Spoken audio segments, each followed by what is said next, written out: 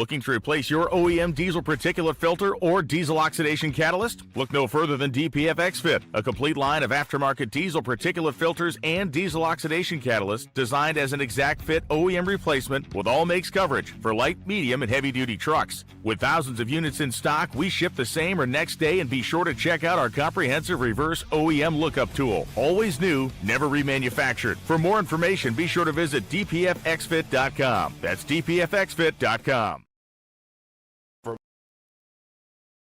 For more than a decade, FTI has strived to become the leader in the aftermarket performance transmission and converter industry. We've joined forces with McLeod Driveline Components under the leadership of Top Fuel Funny Car pilot Paul Lee, and now have a larger distribution network, more resources, and more power. Come see us in the pits and ask how you can join the FTI family. It's not cheating, it is the competitive edge. This is WFO Radio. Hey everybody, WFO Radio is back, and it is the start of our Parade of Champions, the 2025 Parade of NHRA Champions, Mission Foods Champions, Lucas Oil Series Champions. We're going to try to connect with as many as is possible over the next weeks, months, leading into the Gator Nationals, right? That's the final deadline when we can speak with our final champion. And then we begin the campaign for the 2026 Mission Food Series Championship in the 75th season of the NHRA. How about that? Any big news stories happening lately? I think there are. We're going to talk about it. The Procs leave, John Force Racing, all the storylines, Cornwell staying, Force puts out a statement, there's going to be 4 cars over there, who are they going to be, what's going to happen, who's going to drive that car, all that interesting stuff. We're going to get into it all. But our premier guest, the guy that we're having the show in his honor today, is Richard Gadson, a fan favorite, a personal favorite, a nice guy, a champion. He got the job done. He's got a very unique story and career arc. We're going to talk with him about his championship season, his first championship, probably not his last. We'll see what happens if past his prologue at Vance and Hines. So if you want to, hear from and learn about a really good guy, a fan favorite, a guy who is like just now emerging as a star in the NHRA, he's going to do the best job he's done as champion, I think. Please share the show for Richard Gadson. And before we get to Richard, and before we get to the Proc Talk, which will happen at the end of the show, I do want to shout out and say thanks to the people who make it possible for me to go WFO, like Total Seal Piston Rings, the leader in ring seal technology. We're going to be at PRI with Total Seal. We're going to do a lot of interviews in the booth. It's going to be great. Come on by. You already heard a little bit about FTI Performance Transmissions and Torque Converters. We appreciate those guys just so much. Redline Synthetic Oil, we'll talk about them a little bit later on. Hussey Copper, HusseyPerformance.net. These guys do a great job, but they're not just copper head gaskets anymore. Big thanks to the folks at Hussey and Frank Hawley's Drag Racing School and Bernie Speed Shop. I've got a big interview with Josh Hart on Monday, part of the E-Part Trade Industry Week. We're going to be talking a lot about Bernie's 100,000 square feet out there in Ocala, Florida. Folks at Foggett, if you don't have a can of Foggett in your race trailer, you're making a grave mistake. We'll talk a little bit more about Marvin Rodak and everybody else who helps us out on WFO Radio a little bit later, but now it is champion time, and he is, on his way back to work, right, at Vance and Hines. Joining us now, your 2025 Mission Foods Pro Stock Motorcycle World Champion, Richard Gadson. What's up, Richard? How are you? What's up, Joe? Thanks for having me, man. Yep, on my way back to the gig, man. Just had lunch. So we go to the lunch from noon to 1. I dropped my kid off and on the way back to work. You earned this one. This is a world champion interview. Everybody says it hasn't sunk in yet. It hasn't sunk in yet. I know it probably hasn't, but you're a couple of weeks into this deal. How's it feel? I would still say it hasn't sunk in yet. Eddie told me when he thinks it'll set in. And I personally think it'll set in when the number 1 goes on the side of the wheelie bar panels. We're all, I'm sure, still dealing with so many emotions from how the weekend was. And then you got social media, you got the comment section all under everything. And, I'm still sorting everything out. But, man, I'm happy. I fought really, really, really hard this year. We fought really hard this year. and I think we did it in a tough fashion. So I'm definitely not going to let them steal my joy. I'm excited, but it hasn't quite sunk in just yet. It was a bizarre, truncated end to the season. And I know that's gamed out by everyone. You are aware of the social. I've seen you for years, couple of years. Like, you're not afraid to battle it out on social media, which I admire. And also, it's also like pointless, right? Like, you're not going to stop them. Yeah. But the way it ended, I think, and I've said, NHRA did everything they possibly could. It was a pro organization decision. They were certainly 50% of it. But when I think of every team that had a really big say in it, Vance and Hines, 2 riders, a championship on the line within 1 round, we were all thinking about it. How did Vance and Hines factor in, and how did you guys process that decision? The boys went up in the pro meeting, and I don't think we really, I think we were willing to stay there until forever, until they saw the racetrack. When they went up there, when when they started drying the track, we walked up on the other side of the guard wall and we were looking at it. And I think we all, without saying a word, looked at each other and said, there ain't no way in hell we are going down this racetrack anytime. Not today, not Monday, maybe not even Tuesday. And I think that was our sentiment. So while the boys looking at the track right there, they were talking to some of the funny car teams, I took it upon myself to jump on the golf cart and ride down to the end of the racetrack. And then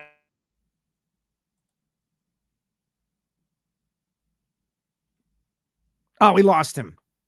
We'll get him back. We'll get him back. That's the thing.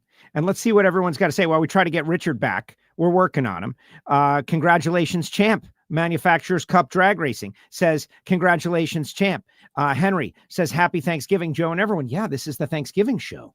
This is the Thanksgiving show. The guys from Life's a Drag are going to do a Friendsgiving, something like that, tomorrow at noon. I'm going to pop on, but you're going to hear a lot of your favorite racers on there. Carl Claymore says, congratulations to Richard as we try to get him back. Let's see. Congratulations to you and your team, Richard, 2025 champion. There, I see him back now. He's back, baby. You're back, baby. Yeah, I put my phone on Do Not Disturb, but I guess somebody must have called back to back and it disturbed the call. Sorry, Richard, about that. You're on WFO right now, man. I got to see you on WFO. I know. Sorry about that, guys. What was the last thing you heard me say before it went out? You going to the golf cart? You going to the top end? You go check it out.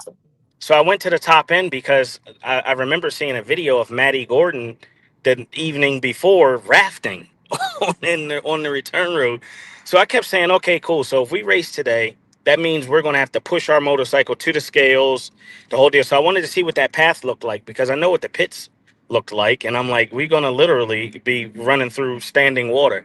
And then that's when I was really like, dude, I told Andrew and Eddie, I was like, go down here. So anyway, shortly after that was the pro meeting. And I don't know exactly what transpired in there. But they came back and they just told us, they said, hey, we're definitely not racing today. The rest is to be determined. And I found out the rest when Glenn Cromwell came to the trailer and told me that I was a champion. Maybe the boys knew that already, but you know, my thing is that as far as the social media, no, I'm not afraid to battle it out on there. You know, you gotta, it's a fine line between completely wasting your time and having an informative post where somebody can actually take what you're saying and understand it. I know in NHRA it's kind of been in the past, you know, most people take the silent route. They think that silence is being professional, but you know, I think it's 2025 and social media rules the world, whether you like it or not, whether you accept it or not. So sometimes you got to be able to speak. You got to go and talk a little bit or else people don't know what they don't understand. I'm not terribly mad at some of the fans because they don't know what they don't know. You know, like it's our job to tell them what the situation is. So, you know, it's a fine line. I think Glenn did a great job with his press release that he put out there, or his statement, I'll say, that he put out there. I just think people don't read it. I think people just don't read. I think that some of the drivers and teams and people who are affected by this, if we all picked up our phones like Matt Hagan did on the strap situation, he made a video the next day explaining better his position on it. I think as drivers and as people, we should talk to people, and I think it would help them understand a little bit better. But That's not my job or department, but that's why you'll see me kind of get in the comments a little bit. No, I admire it. At the same time, there's so many of them out there. I think you explained it pretty well. I do appreciate it. Hey, I love the fact that Glenn came and told you face to face. That's excellent. And in the end, you gave that big speech in front of the entire NHRA community. That had to be a little, I don't know. Will you tell me? Was it taxing? Was it a daunting experience? You handled it very well. You gave your story. Like, you told us about your life. We learned about you. That's up on social for everybody to watch. But how was that experience looking out at your peers as champion? Man, it was I had something written down that was slightly different. And I went up there and I kind of made the decision at that moment. I said, man, I can't come this far and not talk about it. It's, I put myself out there in a vulnerable way that if I had a little bit more time to think about it, I probably wouldn't have, not because it's not the right thing to do, but just because it is very taxing and very, it's out there. But my thought process right now is, and even the story that came out this week on Comp Plus, is that, one day my kid will grow up and she'll watch that and read that. And, and I want her to be able to do that. It's not for everybody I'm talking to, whoever it is for. So, because when you stand up there on that stage, I promise you, and you look out and you see nothing but, you see a crowd. That's harder than a final round against NHRA, I promise. It was a lot, man, but we got through it, and I'm happy I did it at this point. Yeah, well, it was great. It went over great. We got to see your heart and soul in that story on Comp Plus. Really great about how you got here, and some, personal family tragedy. You lost your dad at 6 years old. I want people to go read the story, because Bobby Bennett did a good job of telling that story. But I knew Ricky was important. I knew that, but I didn't fully understand how important he was to changing the direction of where you were, and how he helped totally expose you to drag racing. I also found it a little funny, Richard. It's like, oh my gosh, we're in financial hard times. Let's go racing. And it worked.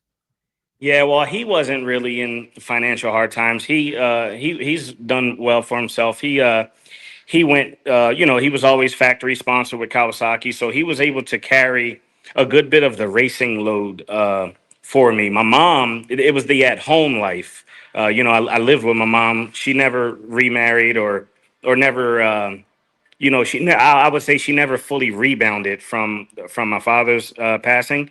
So it was the at-home part that was hard. The at the racetrack part, I was riding on my uncle's coattail. And just trying to learn everything that I could. He was with Rob Muzzy for a while and Team Kawasaki, and you had Ryan Schnitz over there. You had Chip Ellis over there. And I got the luxury of being able to learn and watch all of those guys in the prime of their careers, drag race. And I don't think they knew that I was the sponge that I was.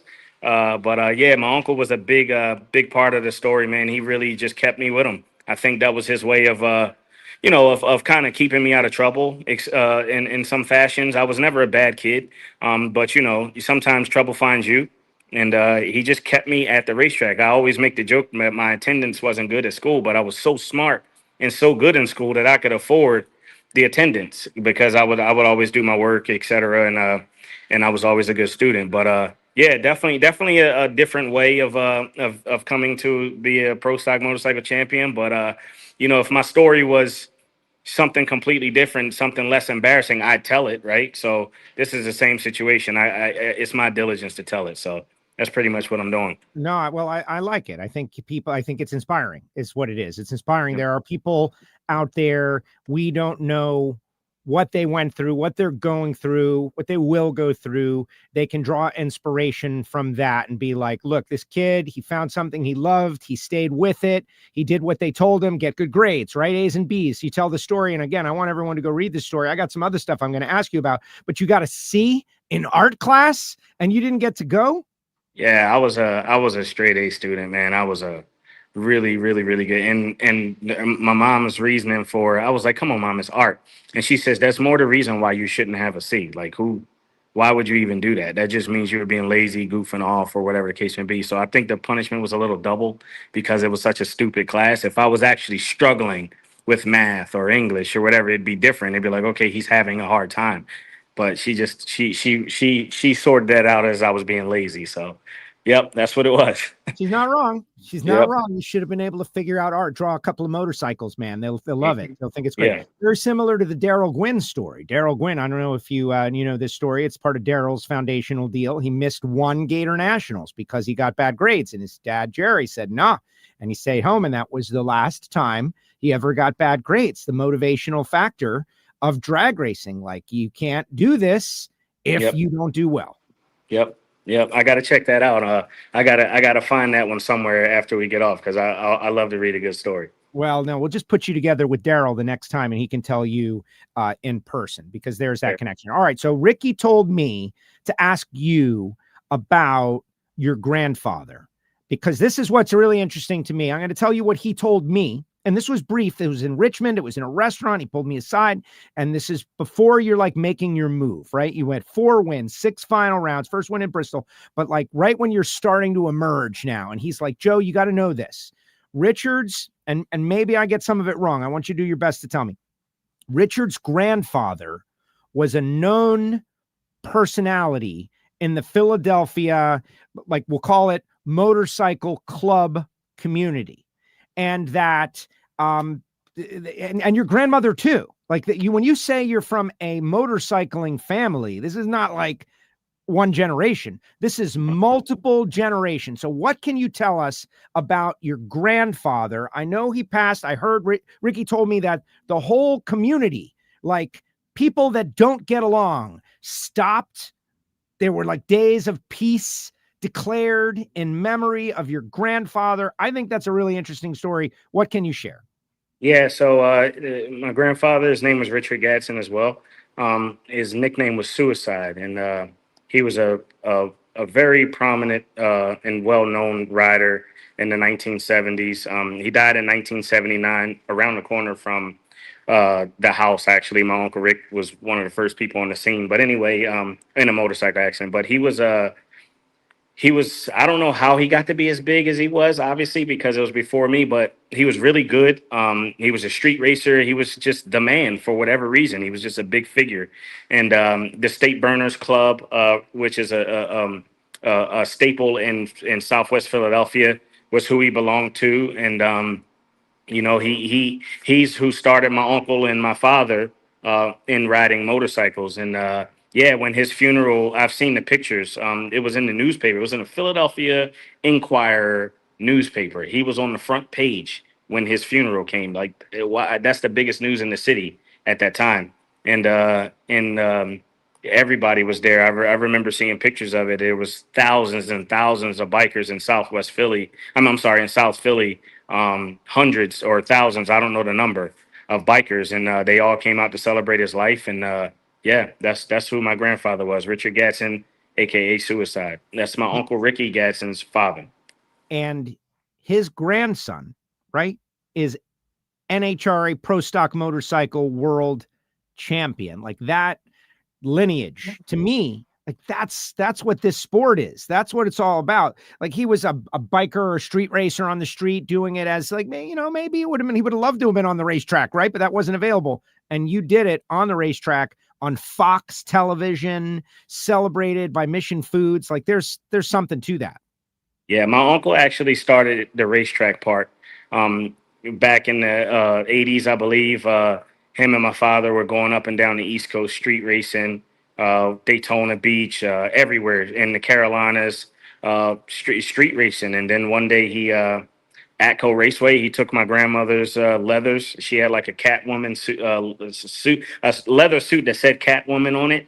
And he put her leathers on and went over to Atco Raceway and learned that he can get a time slip that tells him whether he's riding good or bad. And that's what started the fire at the racetrack. And he ended up going on to be a 15-time national champion in the no bar ranks of things. And then, that lineage trickles down to me as a 2025 NHRA Pro Stock Motorcycle World Champion. It's crazy. I don't think that I think that I'm so used to that being a story that I don't, until I have conversations like this, I don't really remember that's how it kind of came down and that's how it happened. It's just racing has always been a part of my life from the time I was born at the racetrack. But yeah, that's where the Gadson family in this sport started, and hopefully I can carry that torch, or maybe even pass it on. I don't know. My kid might love racing some fashion. I'm not sure that I want her to, but maybe she will. Or she won't, right? And Yeah. like you can't control it. You can't force Nope, it. you can't control it. That portion of your speech, which hopefully everybody has seen or will see after this, worthwhile to go see it. And you're so focused on your next generation, being a good dad, but all that discussion about, throwing, your clothes in a bag and just racing motorcycles to survive. That sounds so interesting, like running people's bikes. Let me run your bike and I'll win. And you did. That's taking a lot of pressure on yourself. But I think that pressure, those moments probably readied you for big races against Gage Herrera. Talk a little bit about that. Yeah, it was stupid is what it was, man. It was definitely not responsible. I was young. I didn't know what I was doing, man. I was just trying to figure it out. And yeah, that's, there was some times where, I'd move and work at a bike shop. I think some of the places in my speech, Cecil Towner, HTP Performance, I slept on his couch while I worked at his bike shop. And Jerry Cooper, same thing. And there were some times where I might stay put for a year or two. And that was what I called stability. But in between all of those, I was just basically, just literally, like I said, I just had clothes and I would just ride, to wherever the next one was, or I'd end up somewhere working on a motorcycle to build for a little while for the next race. But I think that pressure, when people talk about the pressure of racing NHRA, I'm always like, this ain't pressure. It's pressure. Don't get me wrong. That's not true. It's pressure, but the type of pressure that I'm used to, I'm like, if I just remembered, I'm just here having fun. I get to do this for a living now. This is fun. This isn't really pressure. That is kind of what prepares you for a final round against Gage Herrera. And then you just tell yourself, man, like, I've been doing this my whole life. I've been in grudge races with higher stakes than this. I've had to race sometimes. I always say racing like the rent is due. That's my little term.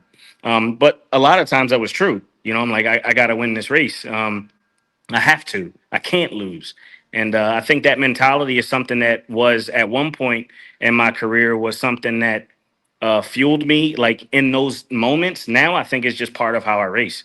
And when last year, I think I was last year I red lit one time. I red lit in Chicago, and Eddie was like, "Why are you pushing the tree so hard?" I'm like, "That's all I know how to do. I've never ever raced any other way. Like, telling me not to do that would be a hard adjustment for me. I don't know how to not go after it. Like, I've never raced from a performance advantage standpoint where I had 3-4 numbers in the bank and all I got to do is make an easy run down the racetrack and I'm winner. I've never had that luxury. So it's just how I'm wired, man. I think those days and that pressure is just kind of wired me a certain way, and it definitely trickles over to how I race right now.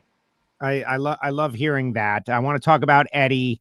I want to talk about Andrew and your Vance and Hines experience. We got a lot of people out there. Dugenet, fellow Philly guy, is out there saying good stuff, and everyone's reposting the stream. Jason Logan reposting the stream. Thank you guys for growing the audience out there. I appreciate it.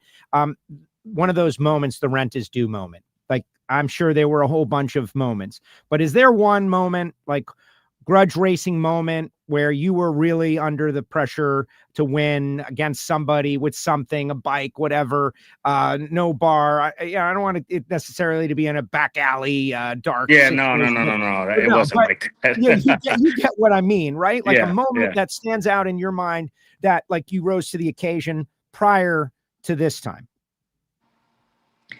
Man, there's 20 of them. Everybody I have a story. Everybody I've rode for will have some sort of story like that. There's quite a few that pop up, that pop in mind. I had a grudge race with a guy named Chris Moore, actually, Moore Mafia. He came out to Pomona and raced his Turbo GSXR in front of the NHRA fans as well. But Chris had at that time, the fastest motorcycle in the world. And we had a big $50,000 grudge race that we were supposed to do. And that moment right there was one of my most high pressure, that the bike that I was riding against him at the time when the race came about wasn't fast enough to beat him. It wasn't. And that bike became like my job for about 30 days. I had about a month to figure out how to make it. And picture this, Joe.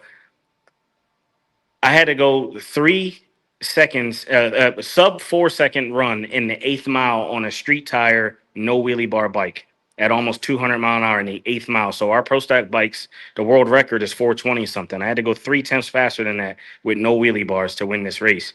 And it was a high pressure situation. And because I had I had just started my towing company, and because I devoted all of my time and energy to figuring out how to make this bike run. We went to Orlando Speed World and tested. I went to Virginia Motorsports Park, broke it, had to fix it again and go back testing again, redesign the clutch, do so much stuff. It was like crunch time.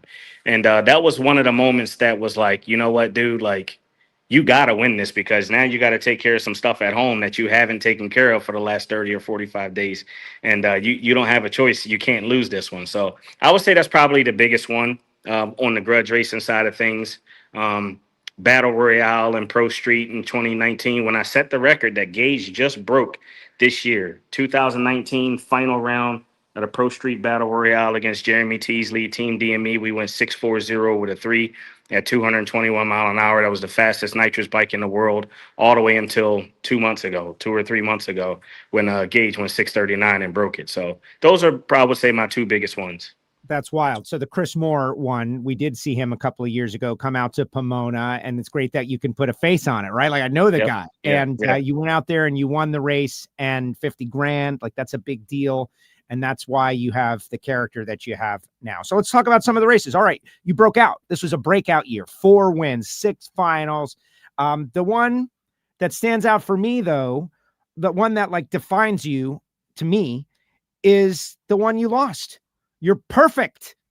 You're perfect in Vegas. You're perfect. Gage is 005. And that's the team. That's why you won, is because you had to race against that. You had to rise to that occasion. And I think that run showed it. Talk a little bit about how you figured it out this year and end up on that run, because that run, to me, like, I walked away just shaking my head. Like, these guys, this is incredible what I'm seeing. Yeah, I was shaking my head too. And those are, when you get to the top end of the racetrack and you get your time slip, however, whatever disappointment you felt when you went through the shutdown and your light wasn't on, when you turn off the end of the racetrack and you get that time slip, it all goes away. You can't be mad anymore. Like, it's like, you know, you got two people who were willing to let it. I told Andrew, I says, do you realize we both went up there willing to red light? We didn't cut those lights by mistake, though. We weren't like guessing and you just let it fly and it worked out for you, kind of a thing. We were both being aggressive, and we were willing to lay it all on the line right then and there. I knew that if I won that round, I was in a really comfortable spot going into Pomona, and he knew that if he lost that round, that it was pretty much a wrap. So it was a must-win round in both of our eyes. And you know, what more can you do than be perfect, right? And we made a good run. The bike went straight. That weekend, his bike was a little faster than mine. You know, but we knew that going into Pomona that we would be more in Eddie's comfort zone on conditions for tuning. Vegas is something that if we could have had 2 more runs, I think he could have figured it out. But he just kind of couldn't find his way there, and he apologized to me for that. But you know, that moment right there, man, just let me know. I couldn't wait till Pomona. I was like, I don't know what's coming up ahead. And I always make the thing, you know, we all hoped that we went to the finals together and it was a winner take all deal, but it didn't have to be that way. You know, we both had 2 sides of the ladder that we had to run through. And it would have been, I think it would have been a hell of a day of racing, because people are also jockeying for position underneath us. People want to be in the top 5, and John Hall, Angie, and Braden Davis had a hell of a little trio going on right there, bunched up in the underneath us. And she's been fast lately. She was on Gage's side. Braden was on my side, and I was just looking at the ladder like, if this happens, this is going to be crazy. But you know, me and Gage we're both grudge racers, man. And Andrew and Eddie, it's more competitive in our tent than you might think. You know, a lot of the things we say in the interviews about how bad we want to beat each other, that's all true. We are really at war against each other, and people probably think we were talking about it. And the only times we talked about it is when you guys put cameras on our faces. It was dead silence. We acted like, I think it was uncomfortable for us to talk about because, you know, racing for a championship against your teammate is probably one of the most complicated scenarios you can be in because you want what's best for your teammate always, but not really, right? Like, I mean, in the finals in Vegas, I was rooting for Angie. I wanted Angie to beat him. I wish we could have got the Wally and the money, and she got the win light. You know what I mean? So it's just it's an interesting dynamic, you know. And then after the dust settles, I think after Vegas, I pulled Gage to the side when we were in the winner's circle, and I said, "Hey, I said, look, man, the water's muddy. Like, we both want this. I'm racing for it with everything I got. You know, people. You know, he has a group of supporters. I have a group of supporters, and those two groups fight each other really bad on Facebook and outside of the racetrack. You guys don't get to see any of this stuff, and a lot of things get said. And I just looked at him. I said, listen, man, as long as we have an understanding and we know where we are in all of this, let's go have fun with it. But you know, it's just going to be complicated. Like, you know, I had a hard time cheering when this win light came on. So for people who don't know, man, that is a interesting dynamic. You know, it's tough, and it is not that serious until you get to the countdown. Before that, of course, you just want your teammate to win. But when you get to where every round counts, you're like, damn it, man, like I'm happy, but I'm also not, et cetera, et cetera. And I know he dealt with some of those things as well. So we'll see how 2026 goes, man. We're going to roll into Gainesville. And we're going to remember what we didn't finish. And it's not fair to say we'll race for it first round. I said that in my speech. We won't race for anything. I'm not giving up the trophy. I'll keep that. But you know, it'll be something that'll be fun that we will carry with us for the whole year next year. Definitely, I'm sure. And we'll see how it goes. I love hearing you acknowledge, and that's why I think people really are excited for you to be a champion and out there talking. Like, you know, like before this year, it was like Richard Gadson, we're getting to know you, and now you're champion. Like, you will be forced to represent NHRA. They're going to send you out there, and you're going to have a great opportunity to tell truths like you just did. I don't think I've ever heard a driver admit that they weren't rooting for their teammate. Like, no, I'm rooting for my teammate. No, you're not. Just admit it. Yeah. No, you're rooting for my teammate. And you said you weren't. And if you were rooting for him, that would have been weird, right? Come on, man. You got a chance to win a championship. All right, couple more questions, and then we'll let you go back. We're stealing time from Vance Hines today. No worries. I'm good to go. Malcolm Phillips is out there saying congratulations to you and Destiny Spurlock. Thanks, and there's other grudge racers. Like, how many more are out there do you think that could race at this level if they got an opportunity? More than you think. A lot of them. A lot of them. And that's one of the reasons why I'm so vocal. You know, that's something that you at one point, nobody would ever even talk about that. There's a stigma or a stereotype that comes with grudge racing.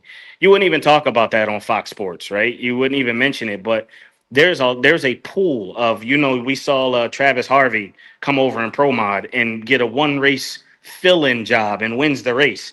Right.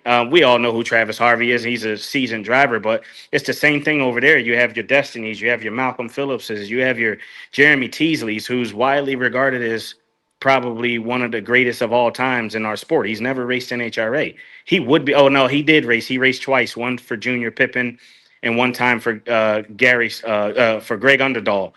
Just 2 one-race stints.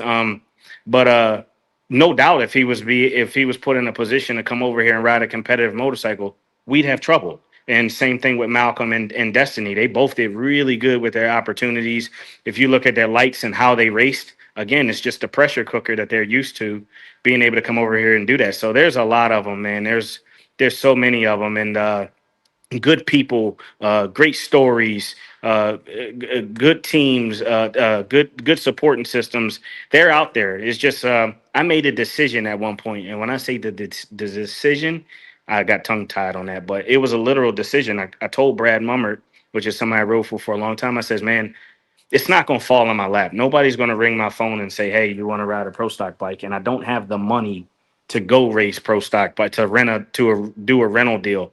I said, I'm going to make the decision to stop doing everything I'm doing right now and start trying to get in there. And I got in by way of Chris Bostic, and we just kept going from there. And here I am. But there's a whole pool of riders out there. What I'm happy to see happening in NHRA is everybody used to just swap around riders within NHRA. It was all just like they would just play musical chairs with riders, but it would be the same name, same faces, different bike, different paint job. Now everybody's starting to say, hey, who can we get from the outside? Who can we get new? And come in here and do damage. And I think that's the transition phase you see in our class right now. And I can't wait to see what the future holds. No, I'm excited about it as well. And I think it's good for the sport. And there's a whole transitional period that I think is getting ready to happen. And we're seeing it like once upon a time. If I work hard and I build the bike, I ride the bike because it's fun riding the bike. But you know what else is fun? Winning. Winning is fun. And if you buy the bike and you go out first round every week versus you buy the bike, you put some hotshot rider on there who's going to go out there and go rounds, maybe it's a different thing. And I'm not speaking about anybody in particular. That is kind of a general statement in all classes. Absolutely. Richard Childress, Rick Hendrick, the most wise thing that they ever did was step out of the seat and become an owner and focus on bringing in money. And they put a driver in there and look, the rest is history. All right. 2 moments I want you to talk about, right? Well, one moment. Yep. You said the other day, I forget where we were. We were somewhere and you said you were listening to me and Jordan Vandegrift talking about how if someone was going to win this thing, they're going to have to take it from Gage. And that shocked me that you were listening to us. What was that about? So every night Gage's grandparents, I think his grandma tapes every run of his from the side of the track. So he gets like a video. Well, my video is NHRA TV. I don't have enough people on my side of the lane to tape my every run. And a lot of times I'm against him, right? So I'll go to NHRA TV and I will watch the passes, screen record them, and play them back and forth so I can dissect my riding. This particular one, it was Saturday night. You guys were talking about me and Chase Van Sant. We were at the start line. I was in the right lane. He was in the left lane. That's how well I remember it. That's how big this moment was for me. And you both gave us great kudos. And you were saying about who's the next breakthrough rider, who's the next person that can challenge Gage and Matt. And you both said these two guys are on the brink of it. But, Gage and Matt aren't going to give it up easy. Like, you're going to have to take it from them, and they're going to need to find something else. They're going to need to find a little bit more to be able to do that. They're good, but just not quite there. It was the general gist. I'm paraphrasing. And I was laying in bed and I was watching and I was like, he's right. Like, this is where good can't be good enough. I got to find a way to be perfect. And, what you guys might look at a run and see a flawless run. I might look at it and see something that may not matter. It may be worth 1,000th of a second, but I will obsess myself with trying to fix that. And Eddie, the same thing. We had some talks all the way through to Gainesville. Last year it was kind of put on me, like, it's a riding difference. You're not riding as good. And, I believed that for the first half of the season, and I believe that was the case. But the second half of the season, I'm like, listen, there's something going on. I don't know. I'd have to drag the front brakes to be 2 or 3 mile an hour slower on the back half. And I think after Gainesville, they started thinking about it, like, you know what, man, we got to find something. And everybody dug deep. Everybody. Andrew, even though he's still our team leader. Andrew, Eddie, me, and we all, it became something where we all put our heads together and said, why is this motorcycle not performing?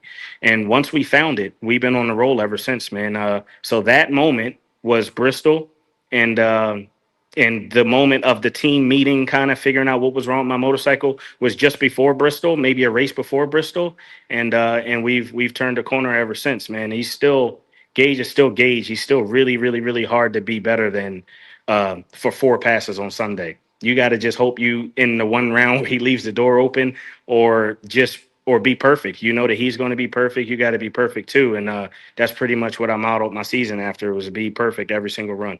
Amazing. No, that's an amazing story. Thank you for saying that. And wow, that's just, you won Bristol and then you win the championship. And here you are. All right, Eddie Krawick. This guy, I love Eddie Krawick. He's a Jersey guy. He's no nonsense. He's got a great dad. He's like, to me, for many years, when people said, like, pick a competitor to put in a Top Fuel dragster, I would say Eddie Krawick, because he is just that intense. And I had an experience with Eddie at the U.S. Nationals once where he was mean Eddie. He was angry Eddie. And he came in, he's like, I'm pissed off and I'm going to win this thing. And he did. It was like really amazing. So now you get to experience that right? But coaching, mentoring, maybe getting after you sometimes. Talk just a little bit. Give us some insight to that Eddie Krawiec. And I know you said that this is his 50th win and his 5th championship and all of those things. Just give us a little on Eddie. Eddie is, you said you started by saying, I love Eddie. You either love him or you can't stand him. And he doesn't care either way. He's going to be who he is.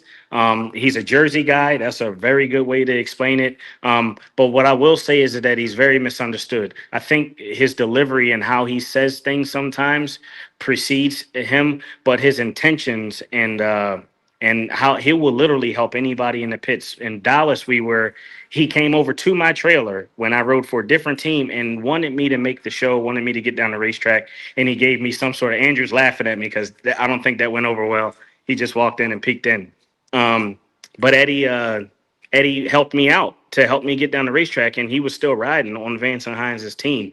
But Eddie is a person that you got to wear your thick skin for, especially if you're going to be underneath him or his rider. Like I said in my speech, I just wanted him to say good job.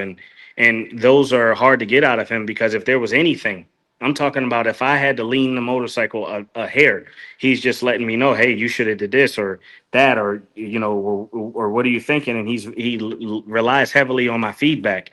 And once we started gelling and clicking, I saw a different side of him. I started seeing, okay, look, dude, like if you can give me this every run, if you can ride like that, I'm going to win you a championship. He told me that. I don't ever remember what race, but it was early in the year. Not early, but maybe mid-season before the countdown. He said, if you can keep riding like you're riding right now, you're going to win this championship. And I'm gonna give you the best motorcycle I know how to give you. We're still learning, but I'm starting to make sense of some of these things. I'm starting to connect the dots, and I think that's something that's really important to know. These guys Eddie and Andrew have combined 10 championships. You would think that they've learned everything there is to learn. They know it all. Like anything that they do has to be on purpose.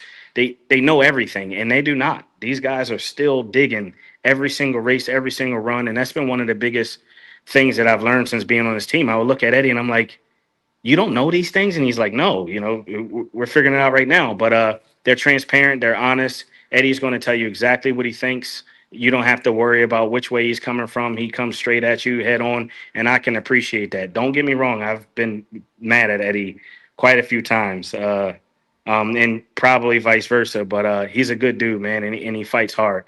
That's my Eddie Krawiec. I appreciate it. It's drag racing. When you figure out the answers, they change the questions. It's just that simple. That's right. Richard, I appreciate you coming on the show. Is there anything we didn't talk about? Anything we didn't say? Is there anything you want to say to the WFO universe and everybody who watches this in the future about the season or what lies ahead? Obviously we got PRI. We got all good times coming up, 75th season of NHRA. But if there's anything that I didn't get to that you wanted to put out there, do it now. I just want to say to anybody who's watching or listening who may be disappointed in the result. I know I circled back to that. I just want you guys to know that this was not your typical average. We've all been to a racetrack and it rained. This was once for the ages situation. You guys be gracious to the NHRA staff, crew, the people who bust their asses to give you guys a show to watch and us a racetrack to race. I would ask that you give them a little trust. If this was the call, this was the right call. To whoever's listening, who may have needed to hear that, or even if you're not on here, share it. But I just wanted to say that one piece. And Pro Stock Motorcycle in 2026 is going to be really cool. There's some. I'm sure we'll have some of our silly season coming up. We didn't beat the fuel guys to it, but there'll be some riders coming out, some bikes coming out. You guys stay tuned and. We'll see you guys at the racetrack in Gainesville. There you go. I'm excited about it. I'm excited for PRI. Yeah. On that note, there's been some silly season stuff this year, huh? Quite the silly season. I think this is a thing that's going on in sports in general, not just drag racing. You see it in the NFL. You see it in the NBA, where in MLB, where players are jockeying for position, are positioning themselves in different spots. I don't know exactly the root of it on their side, but on our side, our sport is changing. Our sport is changing. And I read a lot of comments where people say drag racing is dead and NHRA is this and that and da-da-da-da. I beg to differ. I think what you guys are seeing right now is the start to a really, really, really cool transition. But man, Austin and the Proc family is almost synonymous with JFR. So this is, I think, as much of a shocker as it is, and for some people, and in some fashions, maybe even a heartbreak that we'll have to get over for the next couple months. But I wish those guys the best. I think they're going to kick ass wherever they go, and I'm sure JFR is going to fill that seat with somebody badass as well. There it is. Yeah, I'm a story guy. You got to have stories. And boy, do we have stories. Richard, congratulations on your championship. Please say hi to Eddie and Andrew and everybody over there. We'll see you at PRI. Congratulations. 2025 Pro Stock Motorcycle Champ. Yep. Thank you, man. Have a good one, guys. Later, Richard. Richard Gadson. And what is not to like about your 2025 Mission Food Series champion, Richard Gadson? Such a great story. I had heard about his grandfather, the Competition Plus story, like a deep dive bio piece by Bobby Bennett. I recommend you go check it out. You can see some great photographs of Richard and his early life. And I remember Richard coming out. People were like, that's Ricky Gadson. It's no, because it was R. Gadson on the papers. Like, Ricky, no. This is Richard. This is his nephew. And here we are a couple of years later, and he is a world champion. Amazing, amazing stuff. And I really appreciate it. If you're just watching WFO Radio for the very first time, please subscribe. Subscribe to the show. I'm asking you, subscribe to the show, and you're going to get more of that. We are going to connect with Austin Proc at some point. I have a feeling it's going to be after the turn of the year, is just my take on that. Doug Coletta, I would love to catch up with Doug Coletta. I'm actually going to be interviewing Doug Coletta and Alan Johnson together next week as part of the E-Part Trade Industry Week. It's an online seminar. I'll drop the link next week. It'll be right after this show next week. And maybe it's on Monday. I don't know. We'll figure it out. But Tony Stewart, Leah, Richard Freeman, like they got me interviewing all these great drag racing personalities. I'm pretty good at that. And so E-Part Trade hires me to be a part of their industry week, and they book all the great guests and they take them from me. That's fine. That's fine. But we're going to try to connect with all of our champions. Dallas Glenn. I got a nice interview with G-Spot Dallas Glenn that at the track, he and Sadie, which I should have played this week, but didn't do it. So we'll do that in the future. Next week, it'll be pretty great. But I want to talk about the Austin Proc situation. I want to devote the next few minutes to the Austin Proc situation and just frame the story as best as I can. Look, Malcolm Phillips out there. I know the pain of that. I get called Michael Phillips all the time at the NHRA, right? M. Phillips, R. Gadson. Malcolm Phillips, he's a next young man that I like him. I know you're out there, Malcolm, so I'm not going to say that I don't like you because you're out there, but I do like you because I appreciate the drive. These guys want to get in here, man. There's a drive. They're fighting it out. They're trying to get there. They need to find money. And that's why I really do believe that, and I don't mean anyone specifically, but the thing about, like, I paid for it, I drive. I pay, I drive. We got to get by that in NHRA. And, I just paid for a race car and I'm driving it, right? But then again, I'm 50 and I still got some years. But when I'm 75 or 80, like, man, put a kid in the car. And there's a time, like there's a video going around on social media of a driver struggling to get into the water box, et cetera, and so on. Like that guy, like, I don't know any of the details, right? But it's okay to be a team owner, I think is what I'm saying. Like the sport needs team owners that provide opportunity to young, talented racers. This is not an easy sport.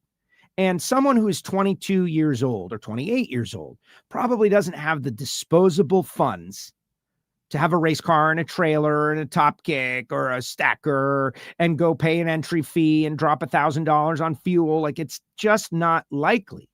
So, it takes a village, and I'd like to see more of that in the future. I'd like to see more of that. All right. What we're going to do is take a quick break, and then I'm going to come back and we're going to talk John Force Racing. We're going to talk about Cornwall Tools. We're going to talk about the Proc family and the decision that they have made to move on from John Force Racing. It is a wild story. It is wild. But first, I want to tell you about HusseyPerformance.net. Not just quality copper gaskets anymore. Hussey Performance, David Allen and the team, they do composite gaskets, alcohol dragster, alcohol funny car. They got contingency programs in the NHRA and PDRA. 412-716 4872. Now is the time. If you're not using HusseyPerformance.net gaskets, they can get them out to you very, very rapidly. They certainly did with me for Project Pontiac. I used copper gaskets on the exhaust side. Boom, slid them in there. And now I won't have to, spend years scraping off those OE gaskets over and over again. But reach out to David Allen. I'm sure they'll be at PRI or around. Have had a booth in the past. HusseyPerformance.net. Check those guys out. We really appreciate them being supporters of WFO Radio. All right, we will be back talking the proc thing after this. Redline Oil, formulated to win, proven by me. Redline Oil, formulated to win. Formulated to win. Formulated to win, proven by me.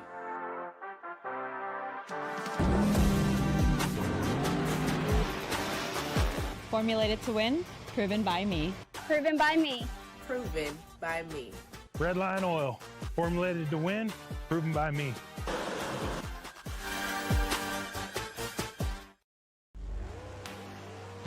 The number one source of friction in your engine is not what you think. Piston rings rubbing against the cylinder walls generate more friction than any other part of the engine. More friction and temperature means more wear and less horsepower. Fortunately, the team at Total Seal knows how to reduce friction and wear through innovative piston ring design. If it takes a piston, Total Seal can build a better ring.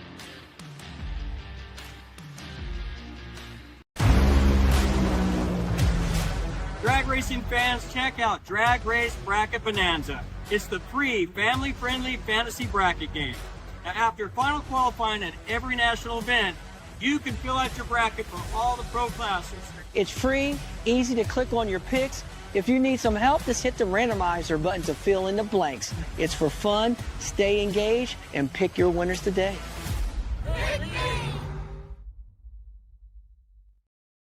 Next week on WFO Radio, we will celebrate our Drag Race Bracket Bonanza WFO League champion. It will be a big moment. Be sure to subscribe. Don't miss a show. Follow us on X, wherever you watch WFO Radio. I think YouTube is the best place, frankly. I think YouTube is the best place because we put out all those clips and then, we monetize those clips and we make like $50. It's great. It's great stuff. Be sure to subscribe. Tomorrow on Life's a Drag, the Life's a Drag guys are going to be doing Thanksgiving celebration, and they are going to invite a ton of personalities on there to just talk for a few moments and summarize the season. I will pop on there at the very beginning. Life's a Drag now on the WFO network. Very excited about what's going on. And if you did not watch last week's show, we talked about the awards banquet. It was pretty much an awards banquet recap, all the food we ate, all the great stuff that happened around the finals. And I do want to support what Richard Gadson said. At the beginning of our interview, I did scoff a little bit, a slight scoff at his willingness to combat the people on social media.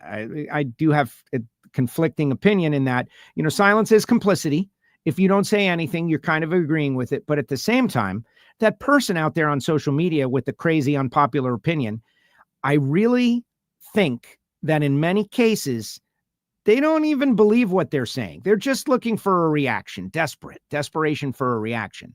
And they will say just really extreme stuff just to get a reaction. And like Erica will go on there and fight it out with some guy. And it's the biggest moment of that person's life. They're leaving their computer. They're going to their friends. Yeah, man, I just had a Facebook fight with a world champion. And I don't know, should you give them that, right? Well, we're seeing a lot of that about the NHRA decision. I can tell you that from the people that I know in Southern California, it rained for days and days and days. So if all the people who said that NHRA made the wrong call had gotten it their way, what would have happened? What would have happened? We wouldn't have declared champions to this moment right now. We would be struggling and scrambling to go race in different locations. Maybe we wouldn't have champions. Like, who knows what would have happened?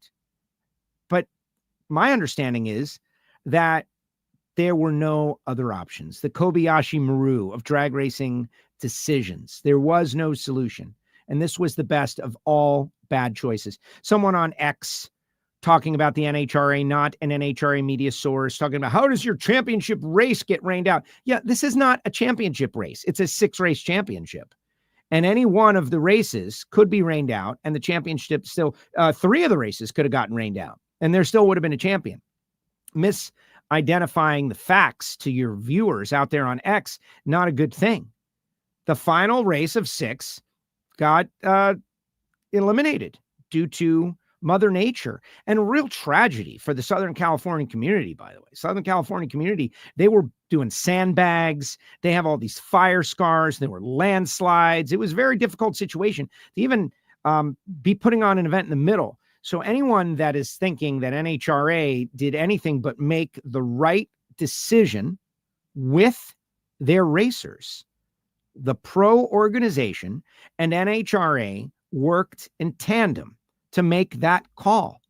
If you don't believe that, you're missing the point. And I know there are a lot of people, like, their opinion is their religion. They will not modify their opinion, regardless of what facts are presented. And you're never going to change their mind. You're never going to change their mind. It's not possible to be complicit in that, because they will not accept the reality that there was no other solution. And there really wasn't. We could have stayed. People are talking about the awards. They just wanted to go to the awards. We were going anyway. Monday after it was over, we were going to go and we were going to come back. That was not a factor. We were going to go enjoy our prime rib and chicken. And we were going to go enjoy a couple of beverages and some music by Jason Logan. We're going to enjoy it. And we were going to go back on Tuesday morning if that was the deal. Guess what? It rained on Tuesday and it rained on Monday. And as I understand it, it rained on Wednesday when the TV trucks left. So let's put it to bed. Everybody come up with a little peace and a little grace for everybody who made those very difficult decisions, especially the drivers. Would have costed them thousands and thousands of dollars to sit around and do what? You would have cost them money. Every champion is totally deserving. Everyone, especially Richard Gadson. All right. What do you think about the Proc situation? This has been percolating a little bit under the surface. I believe it came out a little prematurely.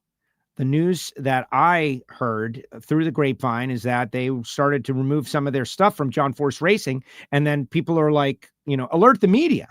I don't know if that was a good idea, because I think it put John Force Racing in a bad situation to have to react to a story, but it's out now. And the Proc family, back-to-back funny car champions, are leaving their team and going somewhere. Now, there's a lot of rumors about where somewhere is, and I'm not going to entertain those, because I believe in allowing the people who own the story to tell the story. I do kind of wish that the people who own the story would get ahead of the story, because everybody is speculating like wildfire. Are they going to Tony Stewart? Are they going to be a teammate with Matt Hagan for Dodge? Are they going to partner with Daniel Wilkerson at Skag? Did Randy Glady pull off an amazing thing? Is it going to be Ford Funny Car Skag, Daniel Wilkerson as teammate? Like, I'm just making up stuff here in case you haven't figured that out based on the comments that I've seen. Cruz Pedregon has hired them to be like, this is fun, but it is also a little sad. The Proc family, this family organization, made a decision that it is better for them to be elsewhere than John Force Racing. I really think as we start our 75th anniversary season, John announces his retirement, wins a championship.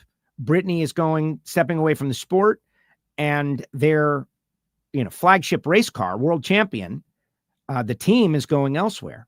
The car remains. There's been a statement by John Force Racing, 4 cars. They committed in the statement to run 4 cars. So we got Josh Hart and we got Jack Beckman. That's 2 of the 4. 2 to be determined. Again, there's a lot of rumor mill circulating. I choose to allow them to tell their story. I feel like when I need something, they'll give it to me because of moments like this. But you don't have to dig that deeply. You don't have to be a detective to figure out what some of the storylines are. But there are some questions. Who's going to drive the Cornwell Tools car? That was a big debatable point. Like, is Cornwell going with the Proc family? And the folks at Cornwell have announced that. No, they're staying with John Force Racing. So John Force Racing, it's not as big a disaster as it could have been if somehow Cornwell said, yeah, we're going to, because that's financial. I don't think it's possible to replace Austin Thomas and Jimmy Prock. I don't think it's possible to replace them and not feel it. But if you've got Cornwell and you got Peak and you got your sponsors and they're committed, and you know what else you got? You got the car. Who's going to drive that car? That's an interesting storyline. Like, who gets the opportunity to drive that car? So the fans are out there saying that Courtney and Ashley, they're coming back. Like, guys, that would, I don't believe it's possible. Like, if you want to write a story that I just don't believe will happen, that's it. So, to the John Force fan loyalists, I wouldn't waste your time with that. And I am willing to be wrong on this. Feel free to play the clips when Courtney Force comes back and drives the Cornwell Tools car and gets back in it to save the family business and jump in there. Like, I'll believe that when I see it. And I will cheer if it happens. I don't think that's happened. I don't see that as possible. And I don't see Ashley coming back as a possible thing. I don't see it. So, hey, sorry. What is possible, though? There are some talented young drivers out there, drivers that could potentially do well in that situation. As far as tuning and who's going to run it, I know that Tim Fabrizi, Chris Cunningham, and Danny Hood have told me they run their car very differently than Jimmy runs his car. Very differently. So that's a complication. But this is where John Force Racing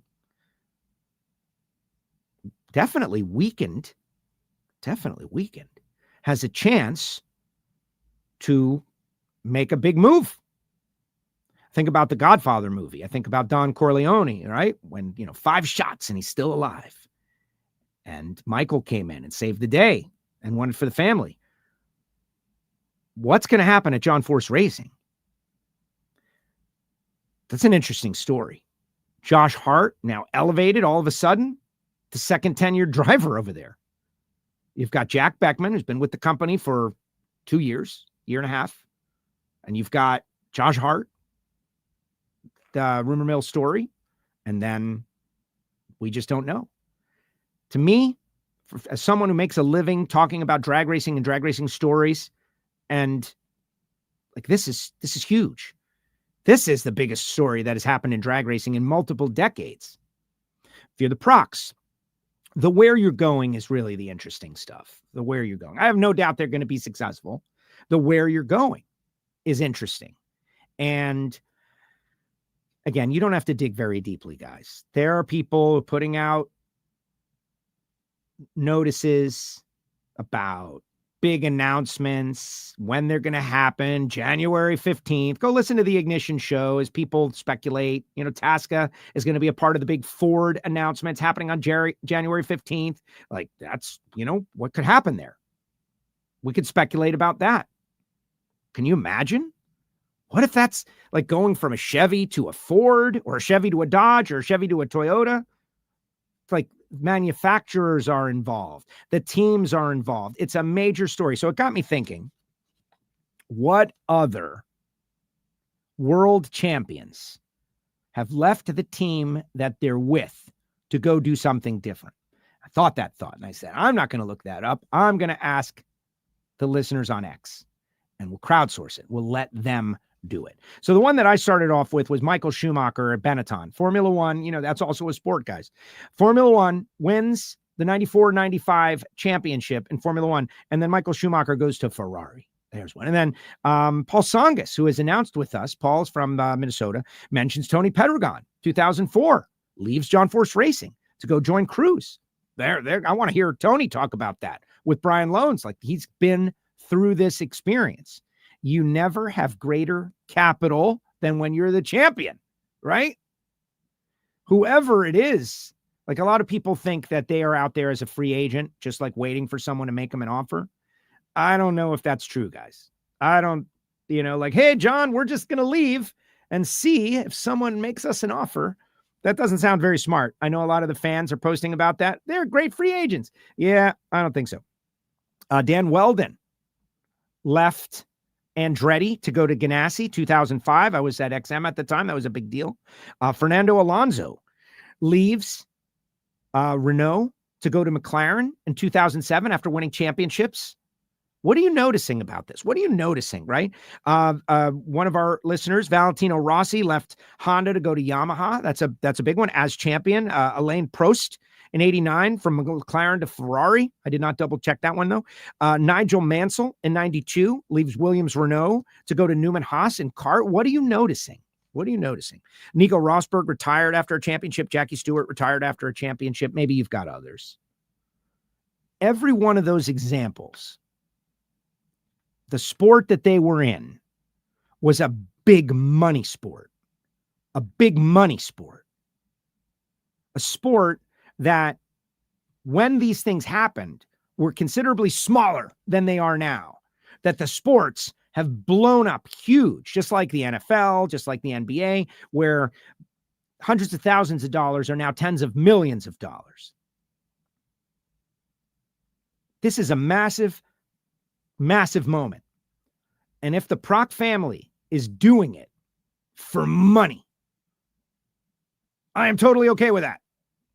That's how the sport grows. The sport has to grow. So if someone backed up a Brinks truck to the Proc family and said, come on, baby, come play with these,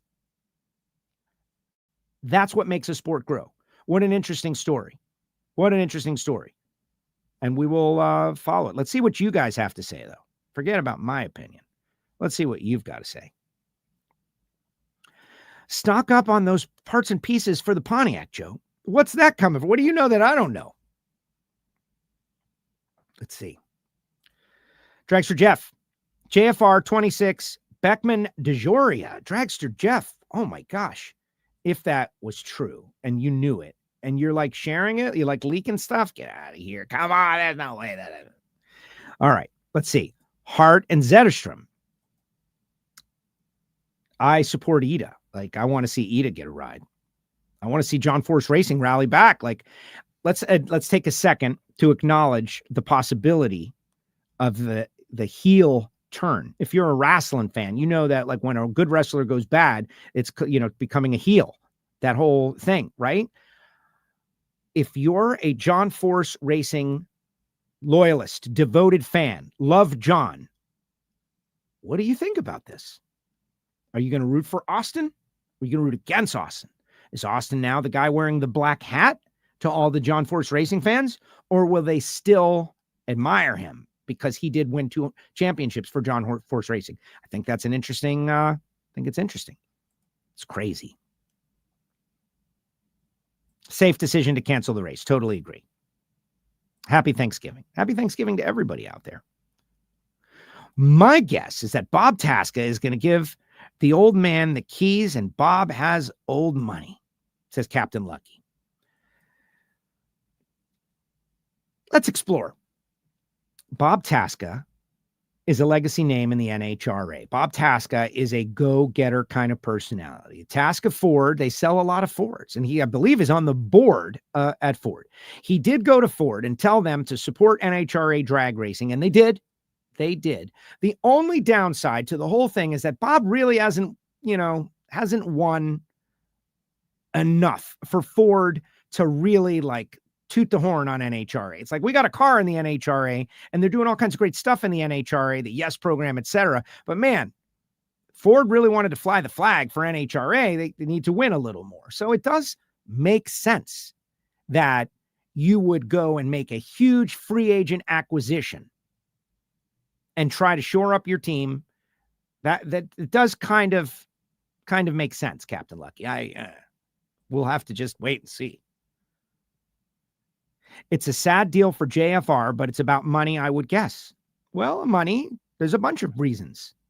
And I don't want to go there. The reasons that you would decide to leave someplace. The Procs have, Jimmy Proc has left before. You may recall. I have heard rumors, but I'm not going to comment on them until the team themselves post about it. It's not my circus, not my monkey. Thank you, Mac. That's true. That's really what we should all be doing. But at the same time, when I'm doing live comments on people, I'm not going to not display a comment that someone is commenting because it's in the rumor mill anyway. Just act like I don't know if it's true or not. What's crazier about the announcement is that JFR still plans on running 4-car program next year. Is that crazier, or does that show that there's some strength on the team? I can tell you that folks at Peak love John Force Racing, and the folks at Cornwell have made it very clear that they love John Force Racing. And Josh Hart is coming in with some of his own budget, and I believe going to be able to do some big things. Anything's possible. Who knows? Maybe this makes the whole sport stronger. Honestly, if you're working at John Force Racing, I don't know, this might make you work a little harder. Is Courtney still a monster athlete? I have no idea about that.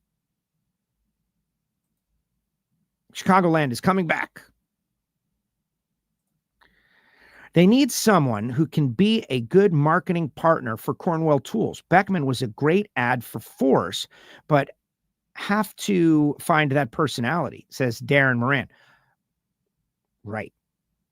That's a big fun decision. Like, these are fun stories. Like, who is the right fit for the Cornwell sponsorship and car? That's a whole nother story. If you're a fan of John Force Racing, that's exciting. Who is it? And we could look at the funny car points list and just go down, and maybe they make a free agent acquisition. Maybe they go out and get somebody. We just don't know. The rumors for a long time have been that JFR is downsizing to a 2-car team, says Mark. Mark, we just read a statement by John Force that says they're going to have a 4-car team. So the rumors, I fly in the face of what they just put out. Maybe the rumors will be right. This is why rumors, just like Tony jumping ship with a new oil deal. Would you count Alan Johnson in this case? What, as a leaving as a champion? Del Worsham leaving, I don't know what you mean specifically. From Schumacher? Yeah. Any one of those. Any one of those, like, high profile, successful person parts ways with the team and goes in a different direction. Thanks, Joe. Silly season was fun. I heard Joe was driving for JFR. No. Let's get TJ back in the seat. Tommy Johnson is like color commentary over there at the NHRA. I don't know, man. Really? I don't know. What about this one? Spencer Hyde to Force. This is one that I thought about. It popped in my head. There's a lot of people are putting ideas in my head. Like, some people are like said, how about Chris King? He's a firefighter and he's a blue collar guy and he's really good. And wouldn't that be great? And I'm thinking, like, man, it would be cool for him to get an opportunity. Very like John, hard worker, right? I bet you they're simpatico on a lot of things. I think Bobby Bodie, young man, good looking, marketable, no bad habits, can be raised in the John Force vein and trained. Like, there's a bunch of them. We could think about it, right? You could think of Julie Natus. What about Julie? Julie, go in that direction. That could be interesting. It's a fun game to play. But Spencer Hyde is the rookie of the year. He's proven he can drive. And we have heard that if he doesn't find sponsor money, that ride might not be available to him next year. That's been bantered about. So, man, I don't know.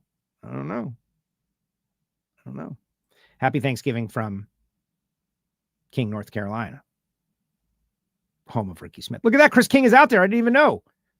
I swear I didn't say your name because you said hi, Chris. Next year will be different, but John knows what he's doing. I have no doubt. Oh, look, I got to get this in. My vote is Vandegrift. I'd love to see Jordan get an opportunity. I would love to see, like, you can bring up the points list in Funny Car. Let's do it. What are we going to do? Let's do it. Standings, and just read some names. Hopefully you guys don't have anything to do today. I guess I'll start at the bottom, right? Chris Morrell, Tim Gibbons, Mike McIntyre, Joe Morrison. I like Joe, but I don't think that, sorry, Joe. John Capps, Del Worsham, Stephen Densham, Dylan Winefsky. There's a name, Dylan Winefsky. Kid's a young driver. I think a little too green for this opportunity. Jim Campbell, Chris King, Dale Creasy, Justin Schriefer, John Smith, Terry Haddock. Is it Terry Haddock? I don't think it's Terry Haddock. Sorry, Terry. Phil Burkhart, Jason Rupert, Jeff Deal. Any of those names make your toes tingle? Maybe they do. Let's keep going.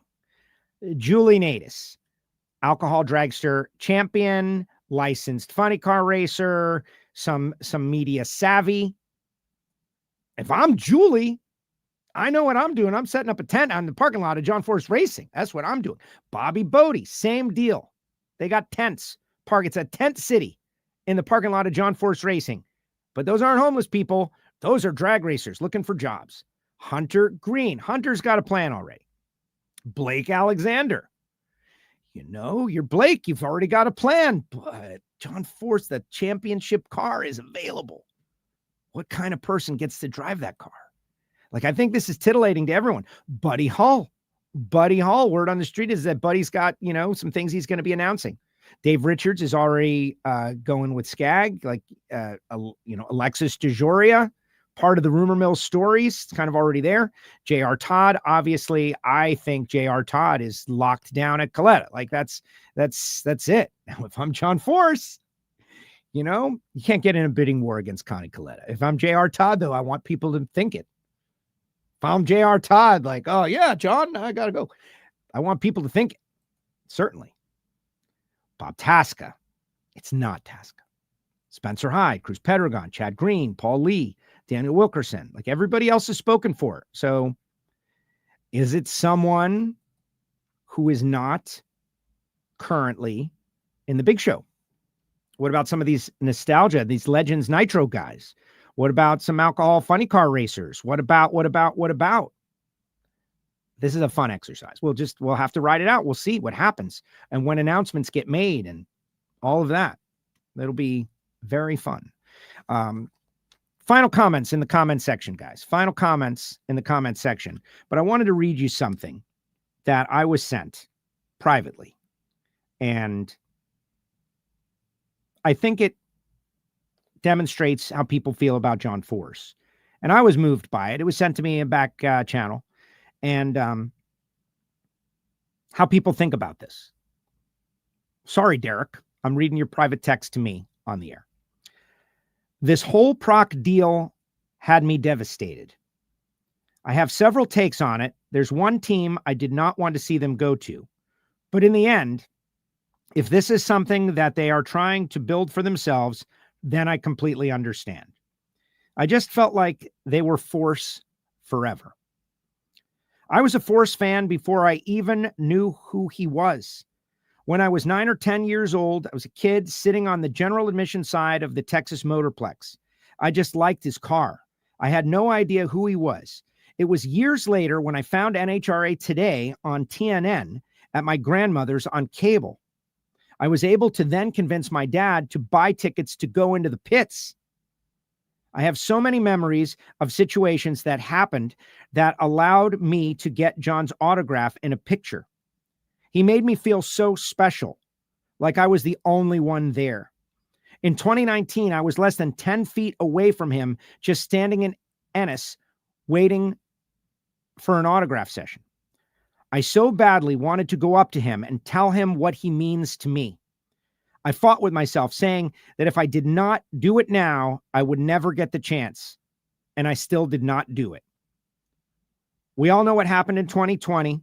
Since then, I have not been able to tell John what he means to me. John Force and the whole team really means so much to me, says Derek, who helps out from time to time on WFO. And that's what we're dealing with, guys, with this whole John Force Racing situation and tugging on the heartstrings and the emotions. Derek, I think it was the right thing to not tell him, just so you know. Everybody's telling this guy a million things. Just know it in your heart. I acknowledge. You don't have to tell John. He knows. He knows. Final thoughts as we get ready to get on out of here. Life's a Drag tomorrow. Appreciate it. If you guys check him out, I will be on there at the very beginning. Hear from Michael Heiner for Patreons. The Pro Stock Show season wrap-up. Michael Heiner says we're going to do a show. We're going to do a show. I appreciate Michael Heiner being so willing to come on and talk about their season. They missed out on a top 10 because of the rain out. A lot of spots got just locked in. RodaxCoffeeandGrills.com. Guys, holidays, coffee, Hot sauce. It's great. 817-924-6821. Call Marvin. And if you want to support WFO, get yourself a can of Foggett, available at summit-racingequipment.com. Go to the Summit catalog and order some Foggett for the holidays and give it out to your best employees. Same is true for Frank Hawley's drag racing school. Frank does the Dragster Adventure, and it's something that I think you should all consider as a gift. FrankHawley.com.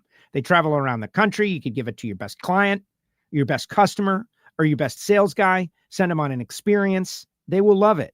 And I say this every year, and I wonder, do the employers out there think so little of their employees that they wouldn't do something fun and they just give them the, gift basket? Here's the gift basket again, or an extra 50 in the envelope. Send them on something cool, man. Frank Hawley's, especially all you people in the racing industry. Call Frank.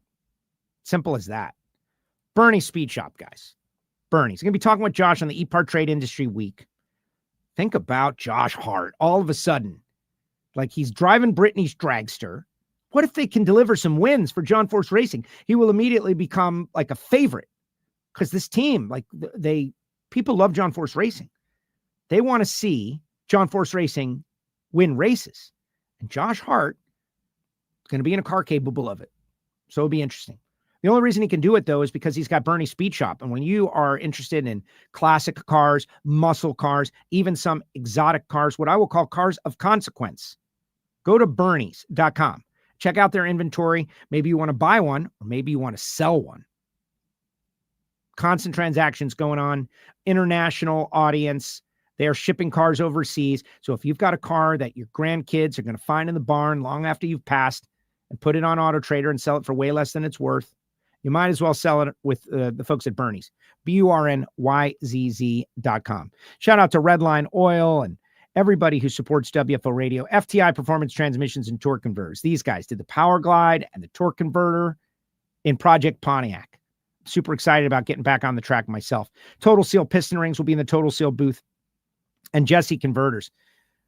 Matt Latino and Eric Latino are actually helping me out. We're going to do a video, the catalytic converters on my street car, Cadillac CTS-V LS2, the first generation, naturally aspirated. The cats are going bad, and they don't make them anymore. And what do? G-Spot, Sport. They've got them. I'm sorry, Matt and Eric. I think that's it. Dallas Glenn has changed the name. You might as well just change it. G-Spot, Sport. And that's the whole thing, too. G-Spot, Sport. Dallas Glenn. Can't wait to talk to Dallas about that. It's going to be fun. OE replacements. They've got the DPF X-Fit for over-the-road trucks, just particulate filter replacement. All the clips and clamps are all in exactly the factory location. Just that simple. And finally, great time to join Patreon. Patreon.com/WFO Radio. My Monday motivation was my first commentary on the whole proc thing. John Force Racing, another inflection point.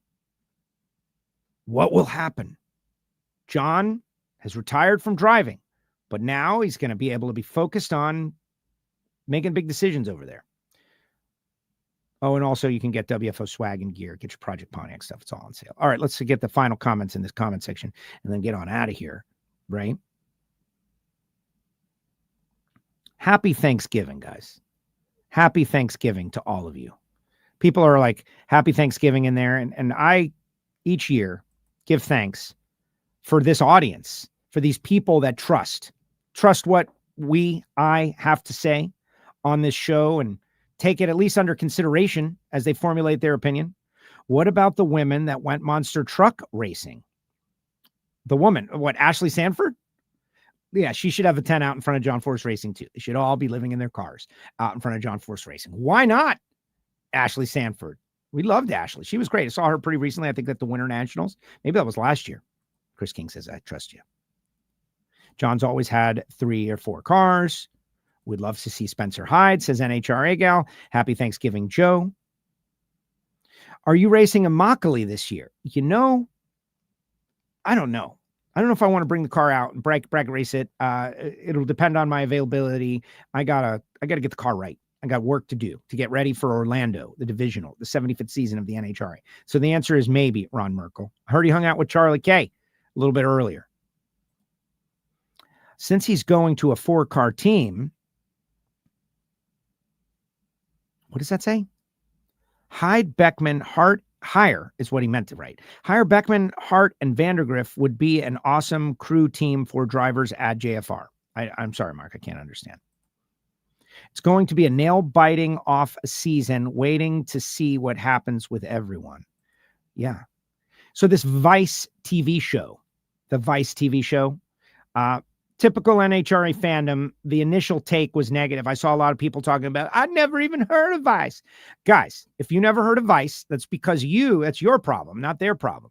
Vice is the perfect place for this NHRA reality show. I think it's 6 episodes long. It's going to back up to the start of the Amalie Motor Oil NHRA Gator Nationals. Vice, like I was flipping through the channels the other night, it's available on DirecTV. They've got millions and millions of households.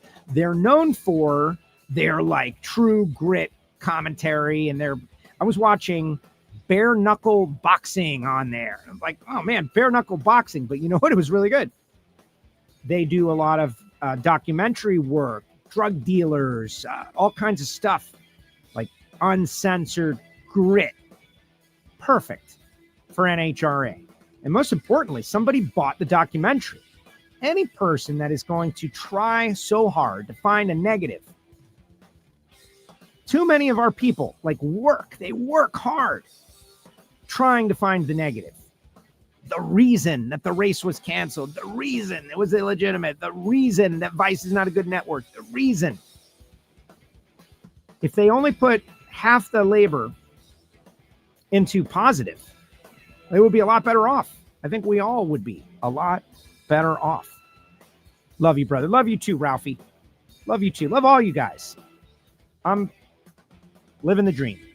Super excited about what we got going on. PRI, couple weeks. E-Part Trade Industry Week next week. We will do a WFO Radio. We're going to try to connect with another champion. Maybe Dallas Glenn is available. We'll have to see. But if you're disappointed about Austin leaving John Force Racing, I would say view it like this. It's a big story for drag racing, to track, to follow, to wonder. And maybe it's got crossover appeal. Maybe people, fans of F1, of NASCAR, with NASCAR, all the craziness they've got going on. Oh my gosh, DARFs. You can listen to Ignition for that. But this is going to be fun to track. Lots to talk about. Click subscribe. WFO, guys.